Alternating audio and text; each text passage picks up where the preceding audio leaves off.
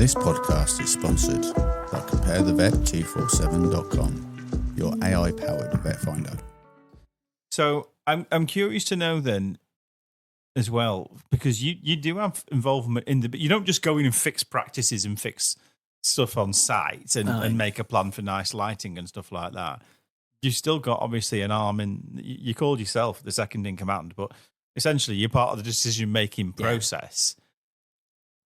Do you think have you learned a lot? How long have you been in the veterinary game now? 6 years, and the amount the way that. And where did you learn it from? Because did it all come from the wife? I mean, where do you go? Where's the knowledge base for someone who's not a vet, not clinical, but needs to understand? You've got a knowledge of business.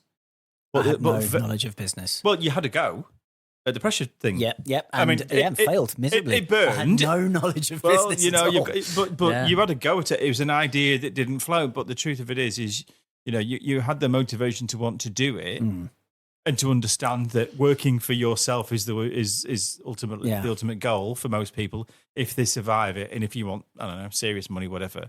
But you, how did you learn? Where did you go? So I've got quite and this is another area where me and Sarah are really similar. We've got quite a methodical approach to problem solving, right? And which is what makes her a great vet, because she doesn't look at it the way most vets do when there's a problem. Right. She splits it down into bits, simplifies it in like a flow chart of boxes, and says which box ain't working. Okay.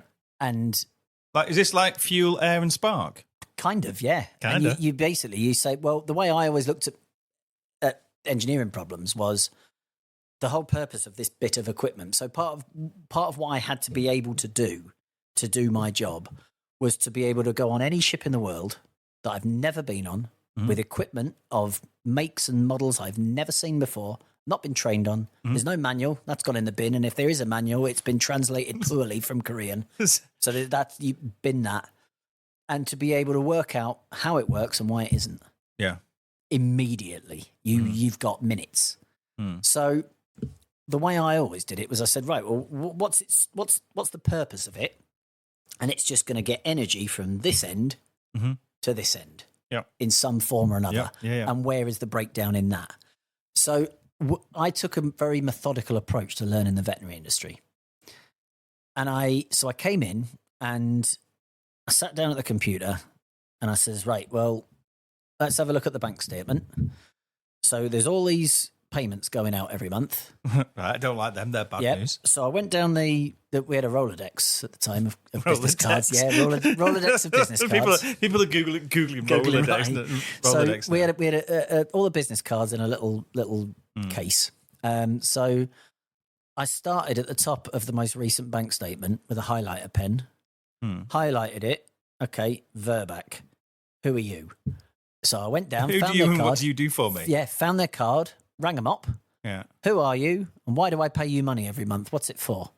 Oh, we do vaccines, we do food, I said, all right, when can you come out and meet me? And let's have a chat and see if you're still the right person for Paws. And I went in hard. Right. And I renegotiated every single agreement we had with every single person we were currently paying. This is why people think you're an arsehole. Yes, this is exactly why. I got it now. Because I went in hard with it. And I just said, and I got them to buy me lunch at the pub next door. So you got a free lunch as well. I put on about a stone and a half in a couple of months. Yeah. And so I went in there and I sat down with them and I says, right, tell me what you do and why you do it and why should I keep using you and can you do it for a better price? And all of them were like, yeah, nobody's ever going to go, because the person that was left in charge of that side of things before me was Sarah's mother. So when Sarah took over the practice, her mother had kind of dabbled in setting things up half-arsedly. So there was a lot of agreements and contracts that had not been negotiated. It was just like, I want this. This is the price. Okay. And that's how it had got. And it had never like been a full of half-assed. Yeah, and it had never been revisited. So when I come in and I says, I'd look for the alternatives, and I was like, right. So when we opened the second branch a couple of months later, I made a point of using somebody else for almost everything. So it was a different company name, trading as Paws. Blue Star. Yep, Blue Yep, Star. yep. So I used a different supplier, different provider for everything. And the Right. reason that I did that was I was like, because they all had agreements that I had to sign. So I says, right, well, I'm going to use you at this site and somebody else at the other site. Right. And at the end of the agreement, whoever's better and whoever's done me the best service wins. And I'll use it for both sites. See, in procurement now, that wouldn't happen. In modern day, well, in my opinion, from what I see in normal sort of procurement, what would be there is a conversation that says, we're now two practices, I want more discount. Well, yeah. So that's what I do now. But at the time, because But did it serve the purpose? it was massively, because for me, Because you're getting them to compete. yeah, well, it wasn't just that. It was, I wasn't so much bothered, well, obviously everybody is, about the discount and about the net price. What I was more concerned about was the service. Right. And what I wanted them to compete with each other over Was looking after was you. looking after me. yeah, got it. Right. So, and this is what I said to him, like, when you've got an exclusivity deal, you can, up until the end of that goes, you can pretty much treat me how you want, because I am obliged to continue using you. I can't use somebody else because I've got an exclusivity contract. If I've got another practice down the road that's using somebody else and you piss me off, well, I'll just stop buying things off you and I'll just buy it all through the other company. Yeah. So there's no longer the captive audience. And I was totally transparent and honest with every supplier about that. I said, this is why I'm doing it. Mm-hmm. So did he challenge you on it? No. Did they? Nope. Because you were a customer and they just thought, we need to win. Yeah. Interesting that nobody, Nobody argued the point. No. It's not even argue. It's a case of just ask questions, right? Do you remember your conversation with me about the X-ray machine? And don't mention my company name. No, but I remember meeting you for the first time in Newton Aycliffe. You'd come down with your service guy to have a look at the X-ray machine. It was either for a service or a repair. And it was the first time I met you was in practice. It wasn't at a show. Yeah, it was. I don't know if it was the time that your wife decided that she wanted to use this 1717 DR panel in the kid's mouth. We wanted to upgrade. Yeah. We wanted to upgrade. And you said to me that the reason, I don't know if you said the reason you'd come down, or you said that the word on the street was that you've got to impress Sarah, but you've got to get the money part of it past me. Did I say that? Yeah. Did I? Oh. Yeah. We must have had somewhat of a relationship to be that honest. We had a good bit of crack at that point. Well, that's why I liked you, because it was a straight conversation. You just yeah. Well, but I remember as well, because when you were talking about the whole procurement thing that you did, you said to me very early in all this, I think before we knew each other, very early at all, and it's when you'd got that other X-ray machine from somewhere else, but you just wanted it fitting properly, and you said, well, I want to buy another one of them, but I want to pay this. And if you remember, I said, look, I'm not in sales. And you went, I want to pay this. And I went, it's not happening. And you sort of looked at me as if say, did you just say it's not happening? And it's not happening. There's no point lying. Yeah. There's no negotiation. You want this. I can't give it you. Sorry. Shake hands. Ta-ra. And it's a case of, okay, well, let's go have a beer and see what you can do it for. And have an honest conversation, right? Because it is about price, but it's also about the service, right? And I think, that was the thing. You said, I want to pay this, and I just went, no. And you looked at me as shocked to say, you're the only person that said no to me today. Because there's no point in your business, no point being a busy idiot. Oh, absolutely. And you've got to stick to that. So I think that's probably why we got on, because I just said no to you. It's not happening. You need to go and buy something from Temu if you want to pay that sort of money. That was the conversation, to be fair. But I like people like that. It's just a very honest conversation that there's no bullshit. Yeah. Right. And I think that you doing that with your two suppliers probably surprised them. Oh, because they're probably used to a quite quiet sort of procurement person who drives a spreadsheet Yeah. who's just looking at numbers, who doesn't care about the service. Exactly. And I've found over the last 6 years the service is far more important to me than the net price. And you know what? I've got suppliers that I use at the minute that I know are not the cheapest. Yeah. And but the service that I get from them, the reliability, the that personal in the shit on a Friday night. But do you know what else? I'm finding as well? Go on. The longer this, because there's always extra dimensions, and it goes back to what I was saying earlier, that you don't know what you don't know until you know it. Yeah. And what I'm now finding is I always attached that service to the company. I know where this is going. Yeah, and I'm now because I've been in long enough that I'm now seeing the circle of life within veterinary of the suppliers. It's all the same people. They're just on a big carousel, like going around all the different companies, and I'll still see them. They'll just have a different T-shirt on. Yeah. The service is with the person, mm-hmm. and I've had great relationships with suppliers for years. And then that person's left. That person's left, and the service has vanished. And I'm like, shit, I signed a fucking contract with this company, not that person. I signed because I wanted to stay. I said, I'm happy to stay with you for the next 5 years because you're great. Yeah. And then that person leaves, and I'm like, holy shit, you're not great. Your mobile phone doesn't get answered. She was great. You're not. And I'm like, fuck. No, I think that's so true. I think you do. You get used to deal. You want to instinctively deal with one person because you have that relationship with them, and then you have their personal mobile number. But in the same, for instance, like you say, as long as they're there, because the minute they're not there, it's not our policy to answer the phone after 6 o'clock at night, Aaron. It's if you want that level of service, it's another £32,000, and because I've got a major supplier at the minute I'm not naming. And I've had the same. What do they do? That major supplier. And I have had one account manager since 2019 for the last 6 years. And you've been happy with that account manager? And I have been more than happy. And they've left now. And they are leaving. They haven't left yet, but they are going.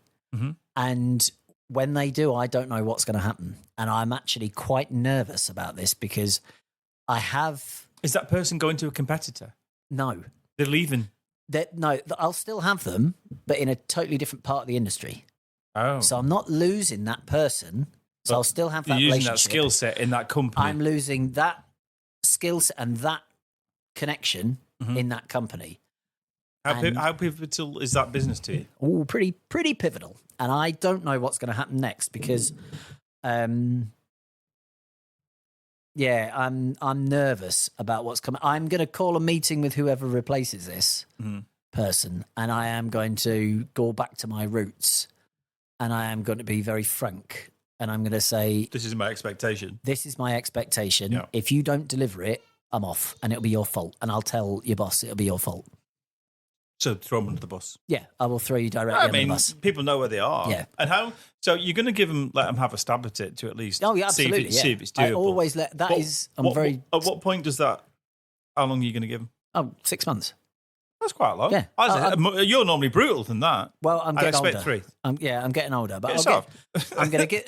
That's just the way I'm sitting. Hey. But I'm getting more fair. I would say I'm still as brutal, but I'm now a lot more considerately brutal. Okay. So I'm brutal but fair. Whereas I was just brutal. I think a lot of people probably listening to this think the bit was brutal where you said, I'm going to get this new guy in a room and tell him. Because a lot of people wouldn't do that. No. In this day and age. I would. You would. They just let it happen. And that is where people's perceptions and perspectives come in. Because from my perspective, I not only do I not think that's brutal, I think that's kind.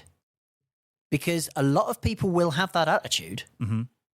If this new person doesn't give me the service I like, I'm off. But they won't let that person know that that's the challenge they're facing. Which is more cruel. I get it. Far more cruel. And it depends who you ask. It depends who you ask what their opinion is. If you were talking to me right, and I was this new account manager, I want to know, right? Yeah. Because right there and then, like I did, see that previous conversation. Okay, this is what I can do. This is what I can't do. Let's be honest with each other right now. And whatever your expectations are, there's going to be a no bullshit approach. Yeah. Because what happens is people becomes victims of not dealing with situations and not knowing, and then going, "What do you mean you fired us down the road? We didn't know anything. We didn't know there was a problem. We didn't know." It's a failure to deal with the problem because you don't want a tough conversation. Yeah. And that sucks, to be fair, because it makes you soft, sloppy. I don't know. There is definitely much more of an aversion to tough conversations these days than there was 10 years ago. I mean, it's very rare that you find somebody who can have a tough conversation. And agree to disagree. Yeah. Yeah. That green is terrible. You should have got it in orange. I like green. I bought it. Fuck you. Yeah. Shake hands. See you in a bit. Aye. You know what I mean? It's just an ability to have them difficult conversations. But I don't know. I would always want to know. I want to know what's in front of me so I can react to it. Yeah, and not when it's too late. Yeah. If there's hazards up ahead, forearmed is forewarned. Mm. So I feel like I'm doing them a favour by saying, and the reason I'm giving 6 months and not 3 is because they've got to settle into the role first. Like if they're like, who are you? I know, but they may. I will challenge you on it though, Aaron. Yeah. Because we're not saying who this company is. Aye. I think I know. Is it you were talking about before? No. Oh, right. Okay. Somebody different. No. Okay. Yeah. I'm going to say to you, if at any point that person becomes a threat to your business by 1%, you'll cut them dead. Yeah, probably. No, I won't because. Well, you will if it becomes a threat to the business and your family and your livelihood. I won't cut them dead, but I won't wait till month 6. No, you'll have a plan B. Well, you've got to do survival. I'll be straight on them, and I'll say, just so you know, you're failing this challenge. Yeah. Like, sort it out. Yeah.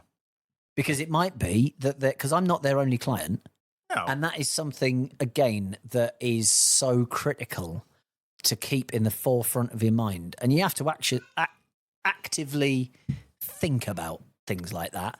That whilst I need to feel like I'm the most important person in that supplier's world, I have to be aware that they have lots of customers and I'm just one of them. I'm going to argue with that because I am the supplier in this conversation and you're my customer. And you know what? When you need me, you are the only person. Yeah. And I would argue the fact that as a person who looks after 4,000 vets for a living, that whoever I am dealing with, and unfortunately, this is going to be worse for my mobile number, but whoever rings that number, that's getting dealt with then. Yeah.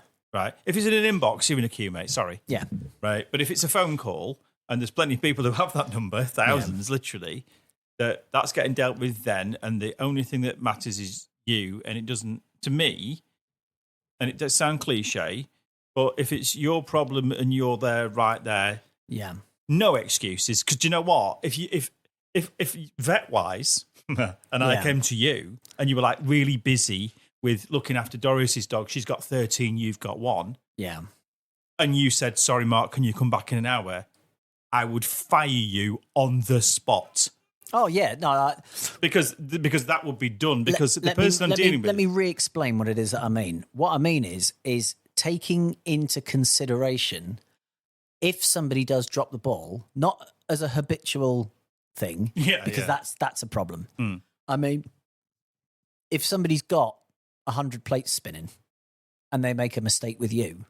Yeah, that happens. That's what I'm talking about. Oh, right. I thought you were talking about you're dealing with the person in front of you. I'm not talking about just leaving me on the back burner and then me accepting it because I know they've got more important people. That's not what I mean. No. What I mean is if they do drop the ball and I've asked them to do something and they haven't done it once, right? They've made a mistake. I'll give them a nudge and let them know. Don't do that again because I will not let you get away with that. No. That's what I mean. But you've got to take into consideration, that the whole cut them dead. Yeah. It would have to be a culture rather than an incident before I cut them dead. Mm. I will always give the benefit of the doubt because human error. You're never going to get rid of that. And I understand that, but it's a case of you're the customer at the end of the day, and customer service is king. And if you're legit saying we did everything that we could do, but it still went wrong, then it's kind of fair enough. Yeah. You just got to convince that person when you're looking at that them. I've had for the last 6 years has been fantastic. There's never dropped the ball. Like never? Never. When I've needed something, I get on the phone and it's done. That is just, it is that simple. Bam, bam, bam. Because you want people to take work away from you. Not creating it. Yeah. I mean, it's a case of time will tell, isn't it? Exactly. And the longer I'm in this, the more that's going to happen. Because statistically, it can't not. No. Are you still learning stuff about the veterinary industry, you think? Always. And I'll never stop learning things about the veterinary industry. Like, I feel I've probably just scratched the surface. Like in my little bubble, I know a lot. I'm confident that I know a lot about what's going on. Yeah. It's a little bubble though. Yeah, it's very niche. I've got two clinics. You know, that's not a lot. Well, you've got 2 clinics and I got 4,000 vets looked after. Yeah. But in the same, for instance, that sounds like I've got a massive number. It doesn't, because I tell you what, you drop the pebble anywhere in this pond, good, bad, or indifferent, and you can get it wrong personally, professionally, whatever, so easily. And it is a small industry, but when you're in it, everybody thinks it's massive. Aye. The numbers might be massive for certain individuals of from a monetary point of view, but it's a case of, you get it wrong here, emotionally, morally, financially. Oof. Yeah. And it is difficult because it's a massive high pressure environment. Absolutely. And because, I think, dare I say, can I say the word panorama? Yeah. Did you watch Panorama? I did. What do you think? You can say the word panorama. Can you? And then I can use every swear word I've ever heard since I was 10. What a biased, unfair, and preloaded Lord of all shit that was. I was. Can I just point something out? Yeah. I'm going to say it was biased. It was anti-corporate. It was anti-vets. It was anti-corporate more than anti-vets. It was anti-business. It was not just the corporates; it was independents as well that they were targeting. Not just anti-corporate. No, they were, but I would say that when they had them 4 dog bowls on the screen, it didn't say independent. No, it said Medivet IBC. It was more anti-corporate. The reason is because, like, visually, just saying vet practice 1, vet practice 2, vet practice 3, or putting names people haven't heard of doesn't make it. It makes it someone else's problem. The reason they use the corporates is because there's so many of them, and someone to blame. Then everybody watching has probably used one of those. And so they've got a personal attachment to that story. How many of them do you think went on Google the next morning going, Bob's Vet's round the corner, looking on the bottom of the website, and it says owned by so-and-so. That was such an irresponsible piece of journalism.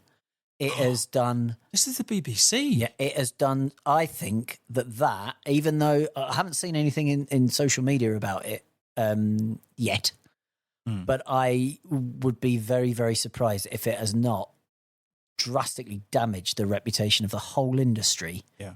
Because I agree. The overall theme of that documentary was that the vet industry as a whole, that's independents and corporates and everybody else, are just out to fleece you if you've got a pet. I was so angry watching that because one of the bits that really got me was, first of all, they didn't interview anybody who had a positive word to say about vets. So if you took that as a statistical analysis, you could say, okay, that's a representation of the country's view. Everybody in the country hates the vet they go to. That's not true. That's not true. It's not like solicitor, is it? I've got 10 boxes of biscuits in each clinic that have been brought in by happy clients that, because we've saved their pets' lives. There's a lot of people, overwhelmingly, certainly the number of our clients and people with other vets are more than happy with the service and prices at their vets. They have handpicked people who have got nothing nice to say. So that's the first problem. The second problem, their whistleblower that had come from a corporate and shared the spreadsheet, that's got the colours on it, and we're under pressure to when they say, why haven't you done this many blood tests, or why haven't you done that, was very misleading because I would argue on the side of that corporate that when they ask why you compared with all the other clinics are not doing as many blood tests. One, that shows a fundamental lack of understanding of statistics, because there is a reason that you haven't done as many blood tests, and it's not because all of your particular clients definitely don't need blood tests. It's because you are not doing enough diagnostics on those pets. That's what that says. This is exactly the same conversation I had with somebody about 2 or 3 days ago who said that spreadsheet, which seemed like a sales spreadsheet, it's units of care. It's open to interpretation. Exactly, and you can look at it negatively and interpret it as, you're trying to make us make more money out of the clients, or you can say, hang on a minute, if you see 5,000 unwell pets, what are you doing about it? Because you've only turned Duty over. of care comes in, right? Because what that spreadsheet didn't say was, in this category, you've only turned over this amount of money. There was no pound notes. No, because that is a very different conversation. But if you say you've only like every other clinic that we've got 100 clinics, 99 of those clinics, and you'll because this is one of the things that I love doing, the analysis, the statistical analysis of how the practice is performing. I go down rabbit holes when I get into that, and once I start doing it, I have to give myself a couple of 3-4 hours ahead of time. Because I'll go down a rabbit hole and I'm investigating everything, and I love it. I really enjoy the numbers side of it. But one thing you start to see when you get up to high volume is patterns emerging that you would, that on an individual level, you think it's random, but it isn't. Never random. They are very recognizable patterns. And when you start to see, if you've got 100 clinics and 99 of your clinics, I can guarantee, I see it with my 2 clinics. They're 2 very different clinics with different people. Yeah. But I see every month, both clinics will roughly do the same number of euthanasias. They'll roughly do the same number of consults. They'll roughly do the same number of blood tests. They'll roughly do the same number of surgeries. It's close by a matter of, out of 200, one clinic might do 200, 100 blood tests, and the other clinic might do 97. It doesn't vary much. Because that's your level of clinical care. And if it was random, it would. Yeah. And it doesn't. And if you've got 99 of them doing 100 blood tests a month on average, and it'll all be like, this clinic will do 100, this one will do 102, this one will do 97, and one clinic stands out because it's done 20,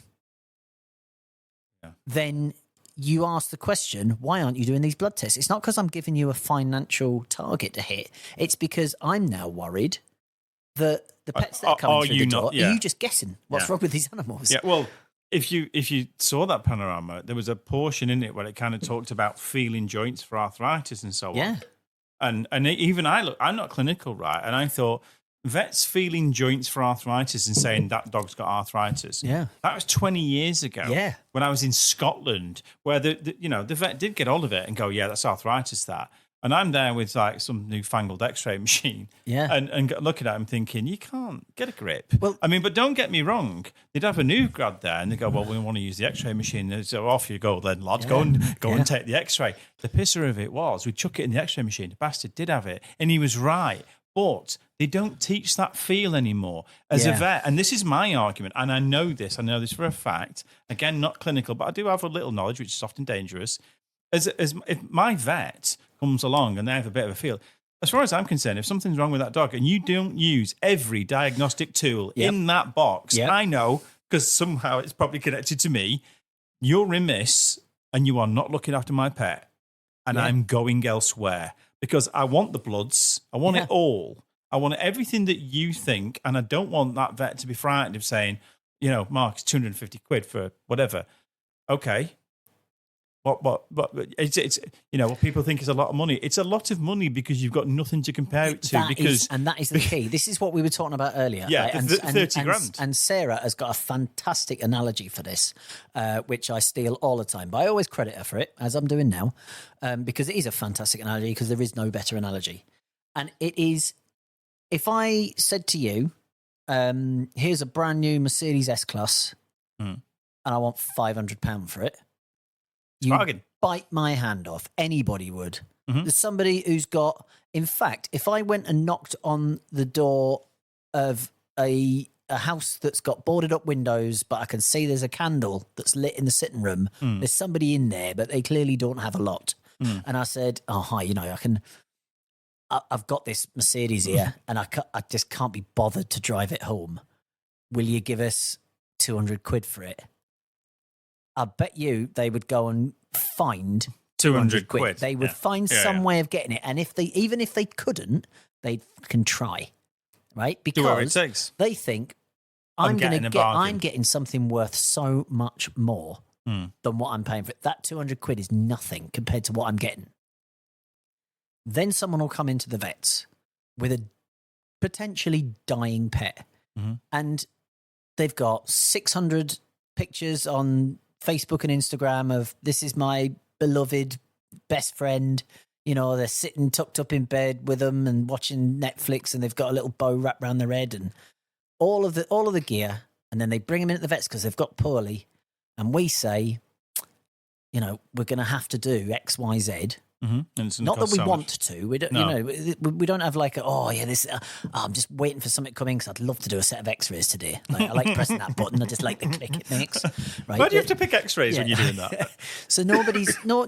There's no vet in the world doing that. No. But they come in and the vet looks at it and says, right, okay, I've got my ideas, my theories on what I think it is. We need to prove that so that we can treat it properly. Right, and it's going to cost £300. And then that person says, "That's a lot of money." "Oh my God, you're just ripping me off because I love my pet. It's not." And this is the key: what you're about to do is not worth £300 because that's what you're saying. By saying that's too much to spend, it annoys me. So what are you basing on? So our prices with at Paws, we've very carefully set them. We've spent days and days all together, me, Sarah, Claire, our clinical standards manager. We've sat and we've gone through everything. We've very meticulously priced it to make sure it's fair, it's competitive. So you're not going to find it cheaper somewhere else. And if you do, I'd love you to tell me so I can review my prices, right? But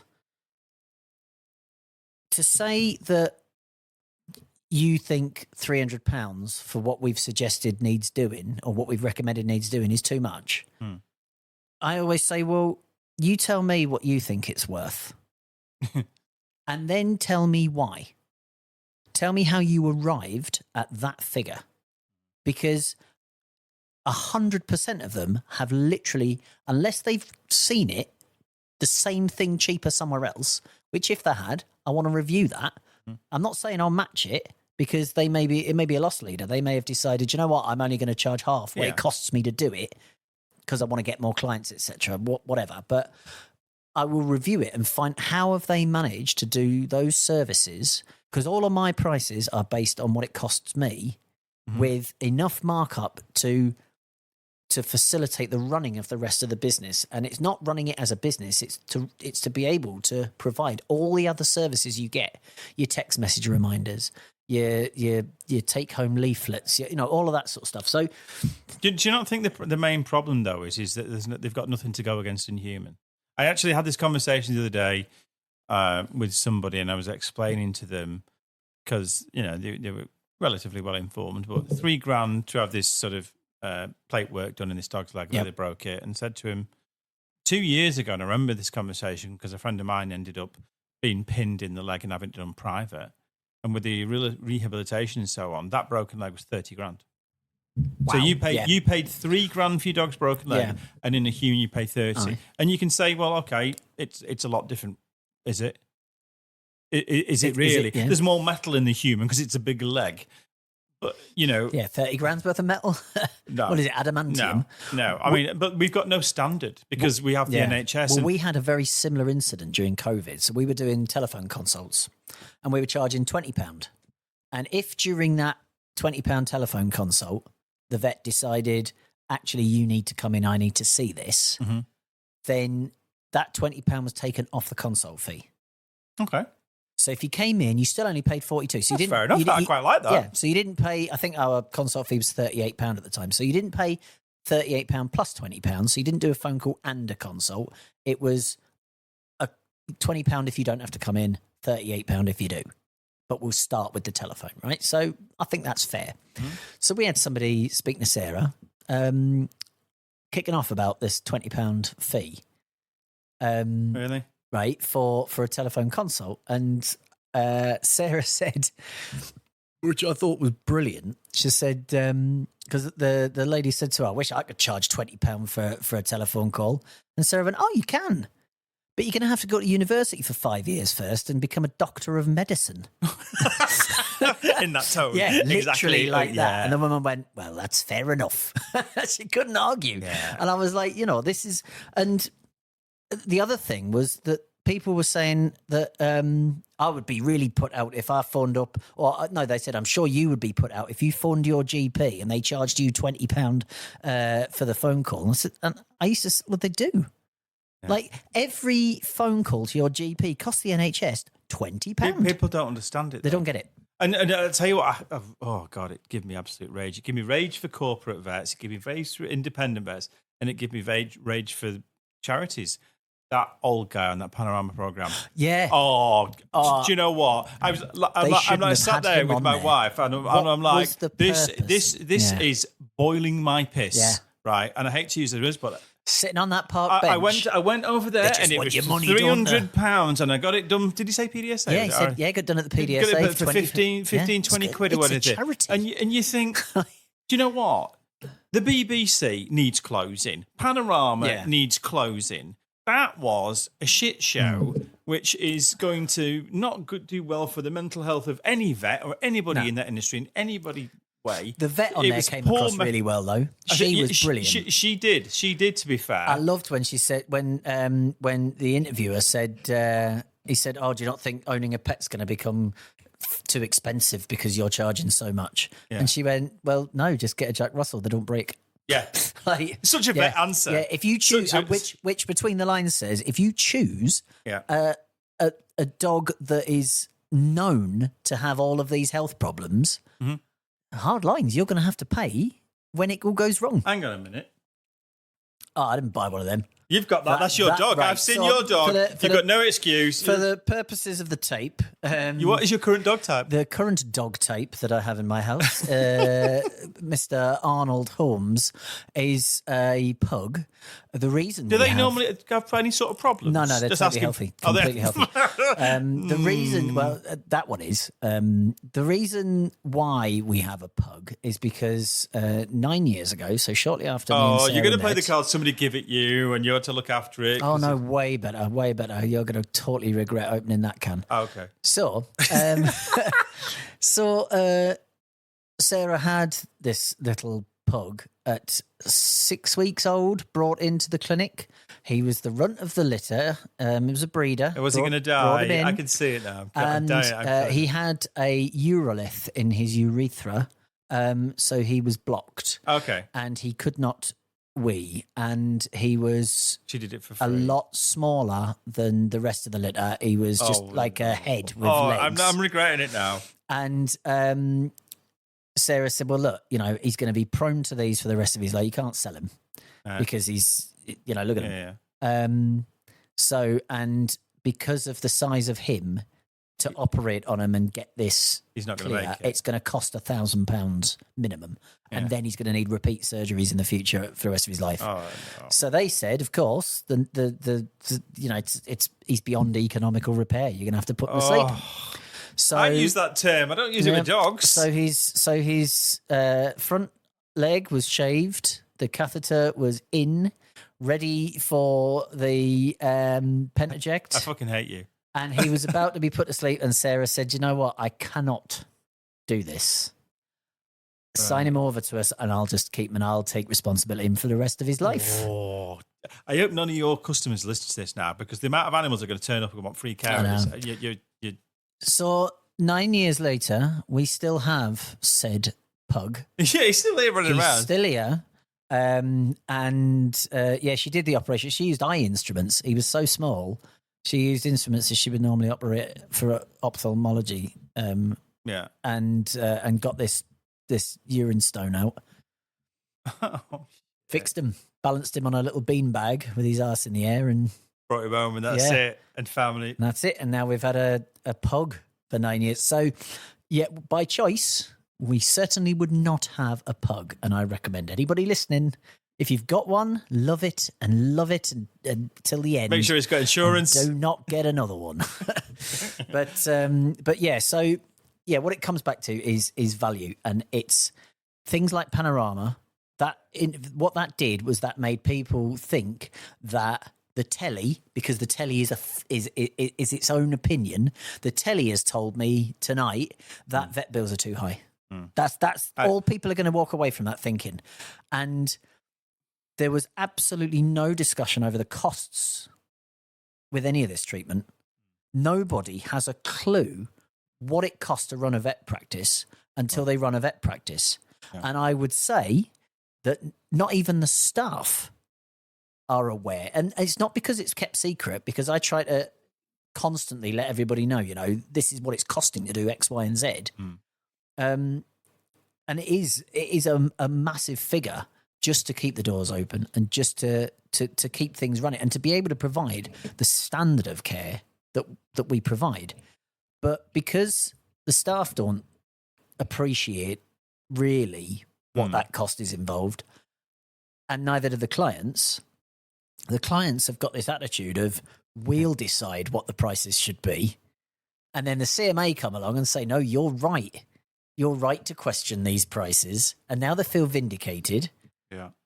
But we can't lower our prices. The prices, the profit margin that vets work on is so small. I think, I don't know. I mean, like I say, I've had this conversation with a couple of people not in the industry.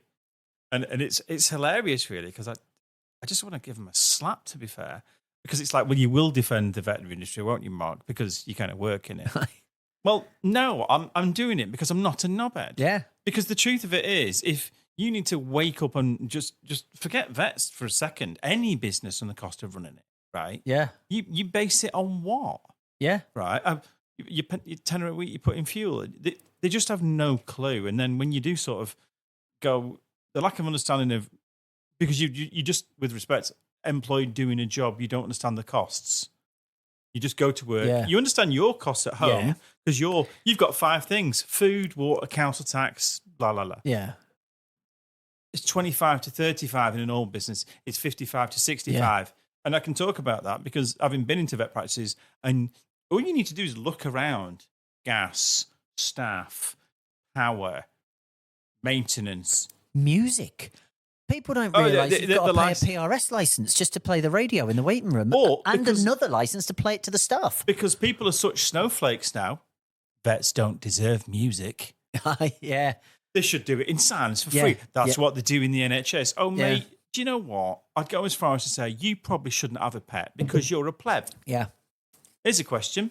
Yeah. Should it be compulsory for all pet owners to have pet insurance? So, here comes the politician's answer. So I've often thought about this because, in my personal opinion, absolutely. If you can't afford to insure it, same with a car. If you can't afford to insure the car, you can't have a car. That was a loaded gun question, by the way, because that's what I thought. Yeah. Everyone's going to hate that, but I use the car analogy. However, and this is why I took the politician's side shoulders at the start of that answer, I think that the future of the veterinary industry is going to change. Software as a service. Oh, no. Subscription service. Subscription service. I think I software as a service. I don't know where you got that from. I don't know. I'm thinking 20 steps ahead. We should have done this sober, shouldn't we, really? Yeah, I know, right? I'm working towards that. Yeah. Is something that is on my, it's not just on my radar. I've been actively planning for this for several years, but it's such a big business model change. To get it right, it is very... I know a few people have tried, haven't they? Because for my mind as well, I don't know, and I am a layman in this, but I have pet insurance, I pay for it, and I have people that go, oh, you pay how much? For like 50 quid a month, whatever it is, pet insurance? Yeah. I go, mate, you pay 30, 40 quid and go to the gym. You haven't been this year. Yeah. Right? At least mine is practicable and it's something that And really, I should be able to ring up Aaron and go, do us a favour, mate. I know, right? Because I've got a dog problem, but I don't. I insure it because And here's the other thing, Mark. I want it done. Here's the other thing with the car analogy. If it bites someone, Most people's car insurance is over £100 a month, right? is it? Yeah, most people. Okay. Their car insurance is over £100 a month, You never have an accident. but they pay that because they have to, and they just get on with it and pay that Because it's just part of ownership. But they think that that it's not worth paying that for their pet. Yeah. And these are the same people who will tell you, I would do anything for my dog, except maybe, pay to keep it alive. We should do Game of Thrones style. You do anything for your dog? Okay, cut your finger off right now. Yeah. Let's just get Game of Thrones it. Bump. Prove it. Because I think there are people who talk about it. Social media is a toxic, terrible place where people say they do whatever. But I think I do know a bunch of people who would literally steal the telly off the neighbour or whatever and do whatever it takes. But then, I don't know. I think the subscription model is the way forward. Because I do. But why can't we have a it- subscription model for pets where it's included with the insurance and the whole thing bundled this is together? what I'm saying. So what my model that I've got that I really am keen on. Is this a business partner? Is there a business there? We won't tell anyone. Yeah? Is this a business we can do? Sort of, yeah. Sort of. I'm not feeling the me bit of this Yeah. conversation. So my view of it, is that you would pay monthly, you'd become a member of us, of our clinic. And you would pay your monthly payment. Yeah. Which it wouldn't be small, it wouldn't be big, it wouldn't be small, but it would cover everything.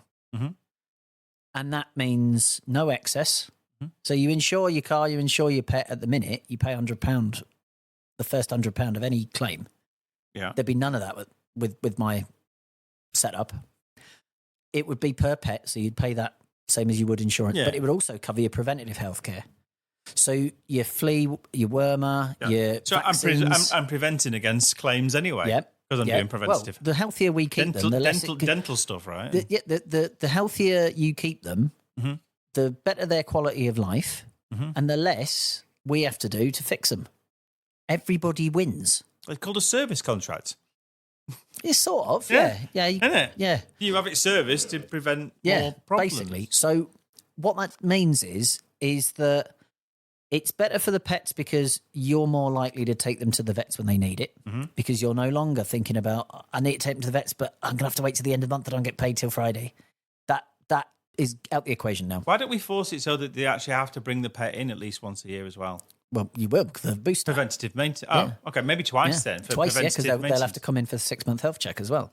So we'll see them twice a year. And So this is better vet care. yeah, and we will run comprehensive bloods both of those times. So they are getting a full blood test twice a year. I've costed all this up. This is viable.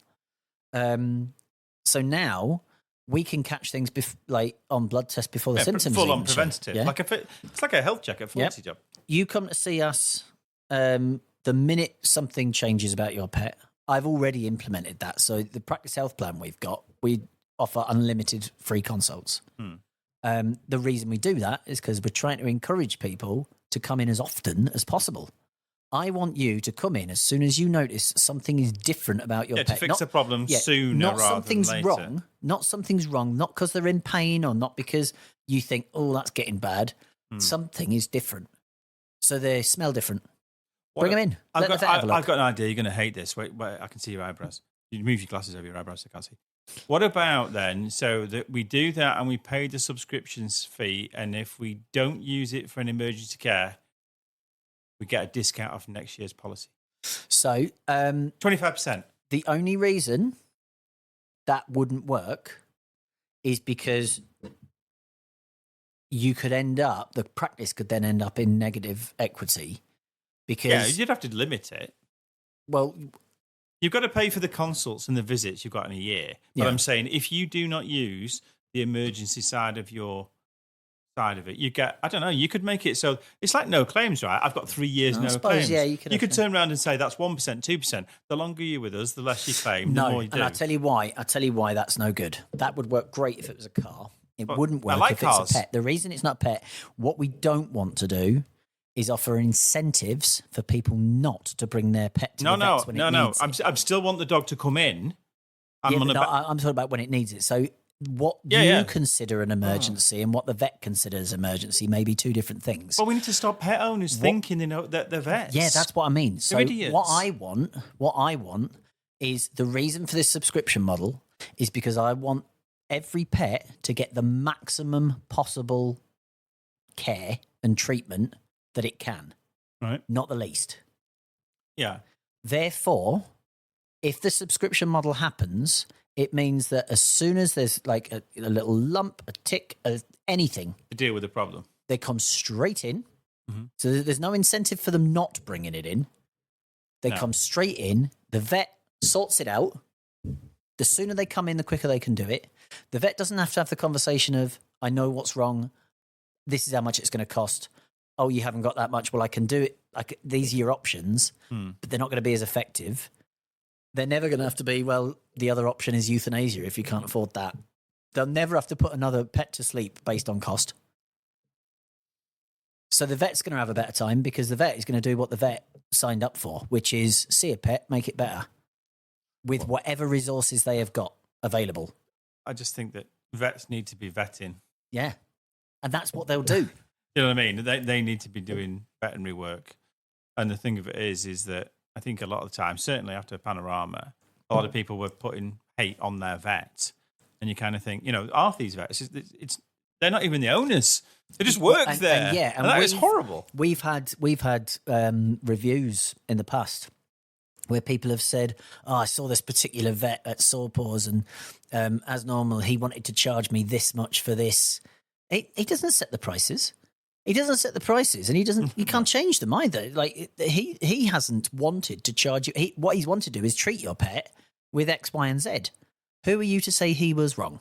I've got another idea. You'll be astounded by my genius. I'm excited. I can tell it's the way you sat again. We're doing that joke again. So we don't actually make pet owners have pet insurance, but what we do is we force pet owners to have an IQ test. Yeah, you pause there for a minute because some of them you kind of think, are we that close to it that is obvious, or are you that stupid and you shouldn't be in charge of another life, be it a dandelion or a dachshund? Yeah, because it does worry me that Panorama saw that old boy sat on there. I only paid £15. Do you think it was 15, 20 quid for that treatment? Yeah. Do you think that? If you do, bless you. Time to go and live on a farm, as they say. But you just told the world that. Yeah. So the PDSA, bless them, as an animal charity, must have looked at that and gone, holy crap, I've now got how many people knocking on my door tomorrow thinking. Yeah, that's what it costs to have that done. And then people, and somebody who I do know was like, well, it's a rip-off because the PDSA charge 15 and they charge 300. No. Well, that's what it's the BBC. Yeah. It's the gold standard. Yeah. They're the gold standard of shit. Yeah. And do you know what? They did a really poor job. I tell you who I've got coming on the podcast. Did you say the guy from I'm not allowed to say this yet, so this might get edited out, but David Reeder was the guy for competition marketing law who was on. All right. I've got him going on the podcast. Oh, that'll be exciting. Now, he's not the CMA. Yeah. But he's a senior lecturer, I think it's Glasgow Uni, him and his partner, and they did the whole thing on there. They were just asked about competition marketing law. Yeah. Not about the veterinary side of it. Dead nice bloke, actually. He sent me a message on LinkedIn. I was like, oh. And then I thought, I need to ask him. So I asked a couple of people. I need to ask your missus as well, and you, for some questions that you think could be good to fire at him. Yeah. Because, as much as you could say the CMA have cocked it up, there's the CMA's lack of understanding of the veterinary world, but then there's our lack of understanding of competition law because it's not black and white. Yeah. And that's why the two things probably work together really badly. Yeah. Because they don't mix. Competition law, when it comes to care, which involves feeling and emotions, I think it's very difficult to judge. Do you not think? Yeah. It's not a traditional business. And it's not a bag of sweets. Yeah. I pay £3 for 3 sweets. It doesn't work that way because there's hearts and flowers involved, and we're so blinded to it because we've got the NHS. Yeah, and all we do now is we sit there and complain about waiting times and want to sue the NHS. And I don't know. I think it's when's the report come out? Spring, isn't it? Oh, Spring, something like that. Yeah. What do you think is going to happen at the end of it all? At the end of that report, things are going to be worse. Yeah, more confusion. I think what's going to happen is it's going to be peddled as being the consumers better off. Now you can buy your drugs cheaper and buy them online, but that money is going to have to come from somewhere else, and you're going to find that all of your services are going to go up, because if clinics can't subsidize their income by selling the drugs, do you think it's done?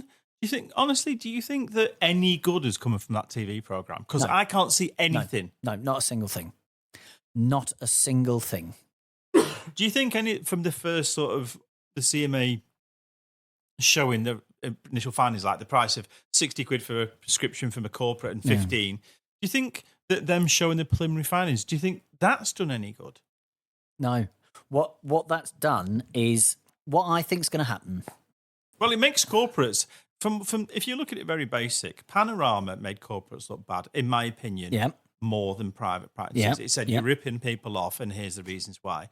The CMA's report said corporates, right, 60 quid for a prescription, 15 for a private. They're very, very anti-corporate. But there's an element of this where, and the story that they didn't tell, and they tried to touch on, but it included numbers, was what about the pet care? Yeah. Well, what about the actual pet care part of this conversation? I'll tell you where the problem is gonna come. I think what you're going to see is the corporates will their overall revenue is going to shoot up because they own the online pet pharmacies. Yeah, and the CMA's rules are going to drive. They're already telling the clients buy your pet drugs online. Mm-hmm. So they're telling people buy them online. They need a prescription to do that. So someone's got to pay the vet's wages. That's a 16 quid fixed price prescription. So what they're doing is they're preventing us from subsidising, like funding the vet's wages to do that. Mm-hmm. So I've got 12,000 active clients. So potentially, and active clients, for anybody who's listening who's not in the biz, means people that have been in to see us within the last 12 months, right? So these are not just registered and real people. Never go to the vets. Yeah. These are paying clients. So they've needed something off us in the last 12 months. So if all 12,000 of those ask for a written prescription, in fact, I'm going to do a bit of quick maths. I'm going to do a bit of quick maths. This is. Why can't you work that in your my head? calculator probably gets more use than Instagram on this phone. I should hope your calculator gets more use than Instagram. Right. So 12,000 clients. Right. So that's 1,000 a month. I didn't need a calculator for that bit. No, probably not. No. So that's 1,000 a month. So 12,000 times 16. That's 192 grand a year. That would make me. That would be my income. What's your prescription value? At £16, if it's capped, okay, right? If it's capped, right? So, we charge £20. Oh, do you charge 20? Yeah, £20. What does that look like if I'm charging 60? Because that's what the CMA. That was the headline for the CMA. Corporates charging. But that doesn't look, because not all 12,000 would get prescriptions. They would buy the drugs in practice.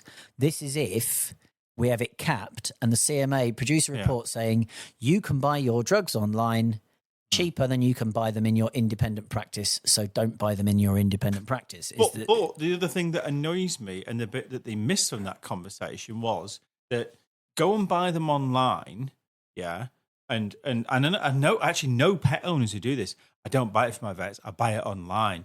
Okay, who do you buy it from? And I turn around to him and say, well, that's actually your vet. It's a corporate, they own that.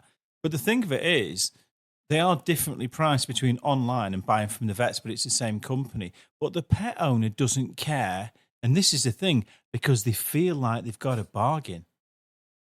That's the crazy part about it. How much did you actually save? £5. Okay, how much is delivery? £4.99. Aye. I mean, Yeah. come on. Yeah. Come on. I'm not saying, don't get me wrong, there's a space for online pharmacy, but I worry about the travel and the temperatures and all that shit because we know, right? And I do worry about the age and how it's been. I worry about all those things from getting things from online pharmacies. But it's called choice. It's called choice. But I think what happens is as much as these decisions are being made and they are lacking in common sense, because pet owners lose their minds at the slightest thing. But I don't know. The CMA, as far as I'm concerned, and Panorama, didn't play into it well. I think they added fuel onto a fire of people with a lack of knowledge, with just a bit of the internet and TikTok as their guide.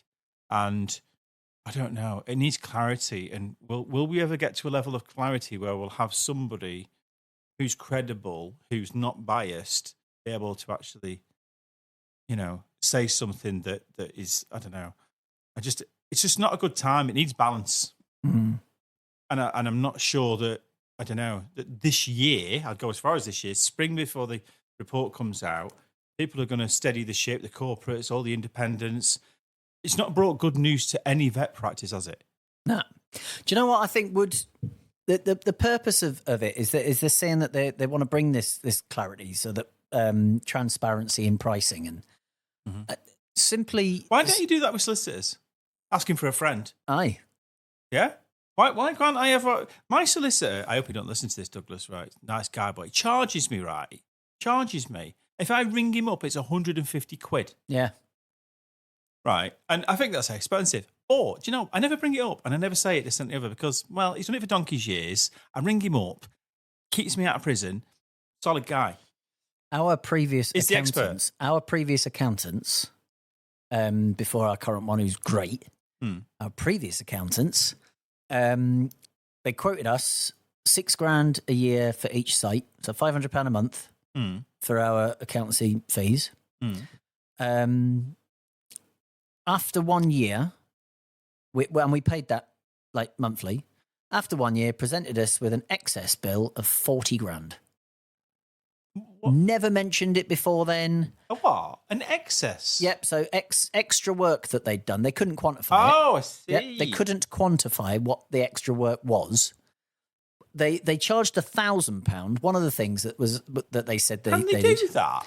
But apparently they can. Can't you tell them to piss off? They charged me £1,000. So I sent them an email saying that one of the staff wants an electric car and on the salary sacrifice scheme. Yeah. Can you tell me how that works? Like he'd like to get a Tesla or something via salary sacrifice. Can you just tell me how that works? So he sent me an email back and charged me £1,000 for that email. And it was a paragraph long. Never quoted for that email or quoted for the work. Didn't even send me a bill after he'd done it. It was just on the list for £1,000 at the end of the year. There was all sorts of bits that I had no idea they'd been. I hate the fact that doing in the background. That you know what? And there's no panorama about accountants. Well, gotta be careful here. I'm married one, right? Got to be very careful. But in truth, yeah, there are because pets are warm and fluffy, and it's an easy soft target to get clickbait for the likes of these things. But the truth of it is, your mechanic, found oil in the found metal in the oil. Yeah, just do it, mate. Yeah, just do it. Check a trade. Just do it. Yeah, move on. Everything's expensive, right? You just don't know relative. Your solicitor, I'm selling my house. It's going to cost me $10,000 in legal fees. It's that and the other. Just do it. Everything's more expensive.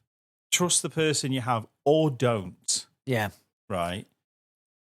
It's called choice, but don't pretend that you have the knowledge about it when the knowledge only comes from the BBC. Yeah. I mean, who thought we'd ever say that about the BBC, which when I was growing up as a kid was the standard. Yeah. And now, and certainly, especially, they got told off recently for editing a certain president's speech, which was wow. That was just wow. But now, That's blows my mind. But then seeing this about the subject that I've got 25 years in, that I know plenty of people within it, just think it was bad representation. It put all vets in a bad light. It made them look unprofessional. It struck me as if the guy It's like a hit part. It's like a hit piece. It struck me as though the guy that did that had a bad experience at his vets. Yeah. And decided, right, I'm going in on the veterinary industry. Yeah.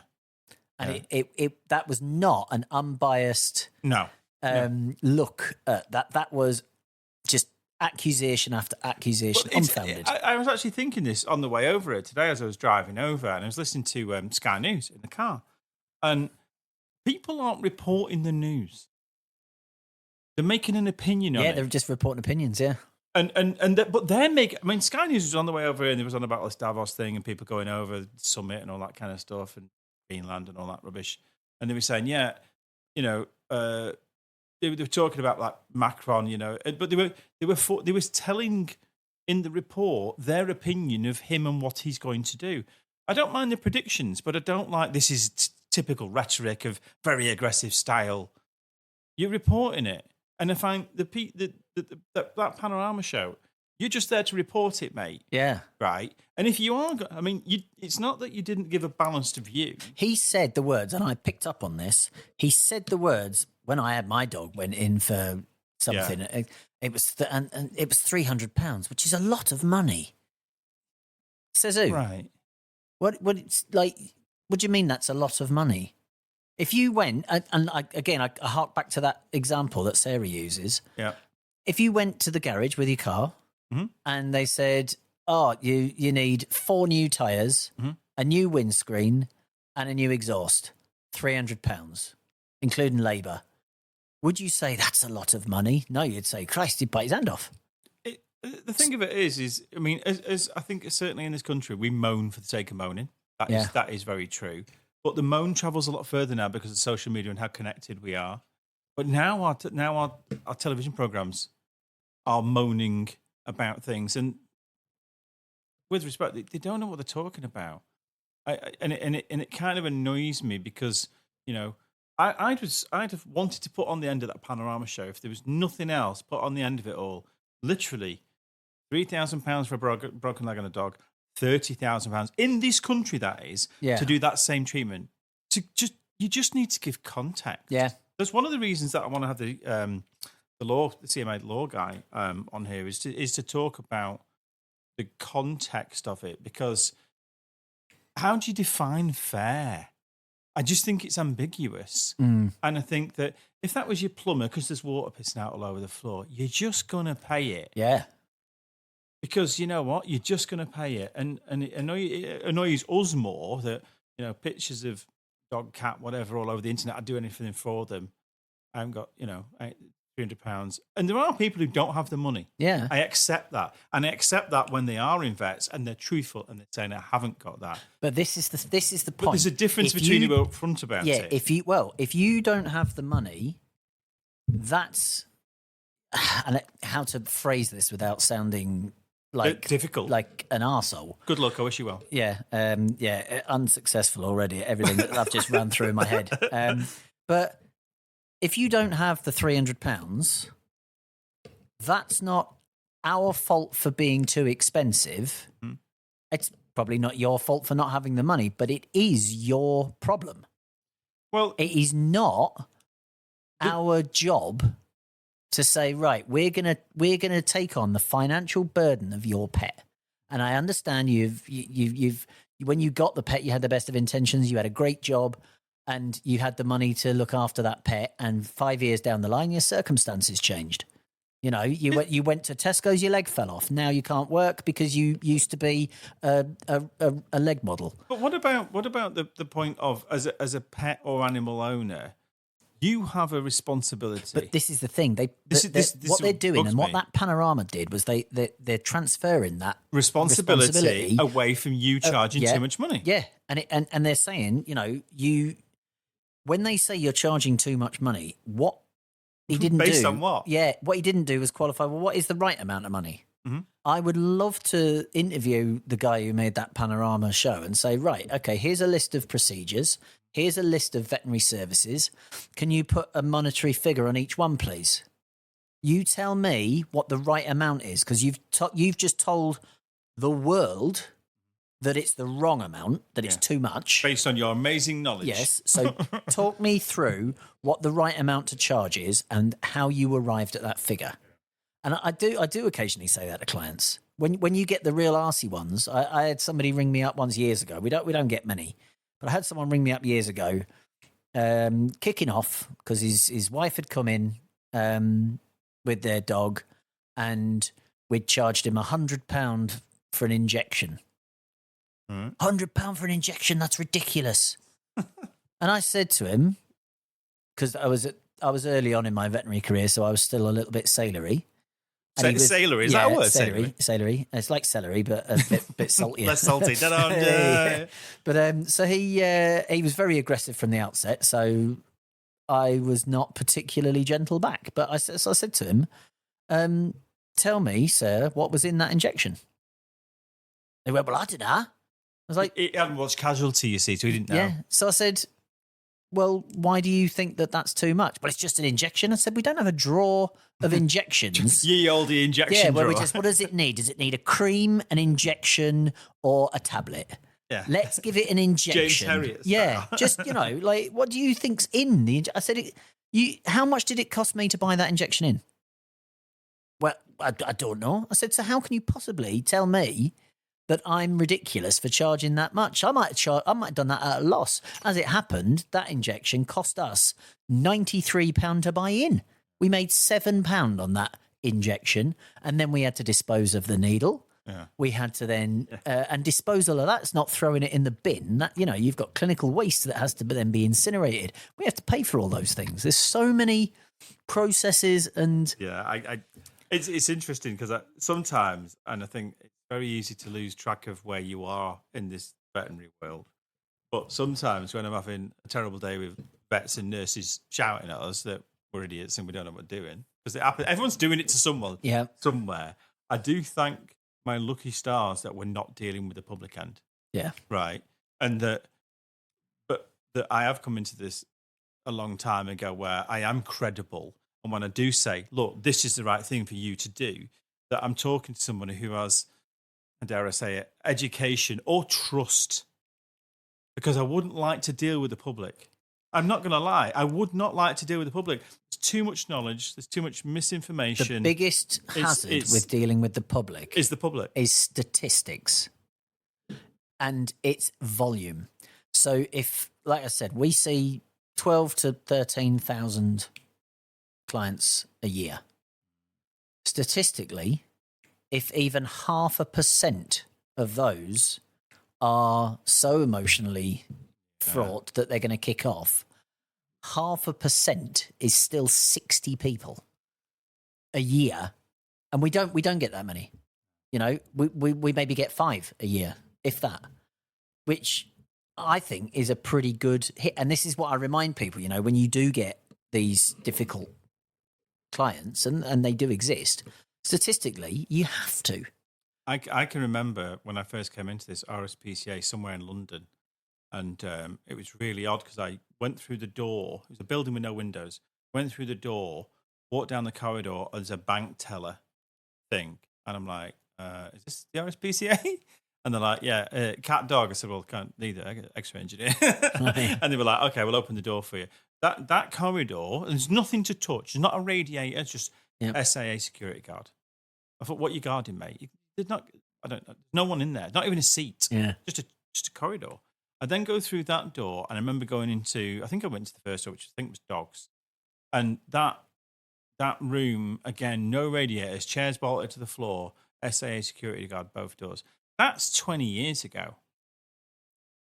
And you kind of think... And we're now living in a society where every supermarket has got security guards. I know. They didn't have when I was a kid. No. And now we are living in a society where it is so accepted and commonplace that there's going to be trouble. And you never thought... I never thought I would see... I thought might see that in a Tesco in a bit of a ropey part of Manchester or whatever. It's every single one. But now to see it in a vet's back then. Yeah. And you know what? It's one of those things where because people aren't rational about it for reasons that they don't understand, and because the internet's filled their heads with rubbish, that I think the safety of the vets and the nurses is, really important. You'd think with Rottweilers and XL bullies coming through the door, that's where the danger would lie. But as it happens, listen, I've always said it: animals give unconditional love. Right, look, we've talked for a very long time. We have, and we've been on a hobby horse for quite some part of that. It's been fun. We've been on a soapbox. Aaron, I'm really grateful. Thanks for dinner, by the way. You're Lunch, welcome, mate. You're welcome. I think, like the wife, I think we might have to do another part to this because I think there's some subject matter here that we need to cover. We haven't even got into my plastering, plumbing. I know. Oh, yeah, I've got into your chili con carne. Joinery. Thanks very much for being here. I really appreciate it, and we'll have a conversation Thank you very much for having me, Mark, and I look forward to seeing you again. Thank you, sir.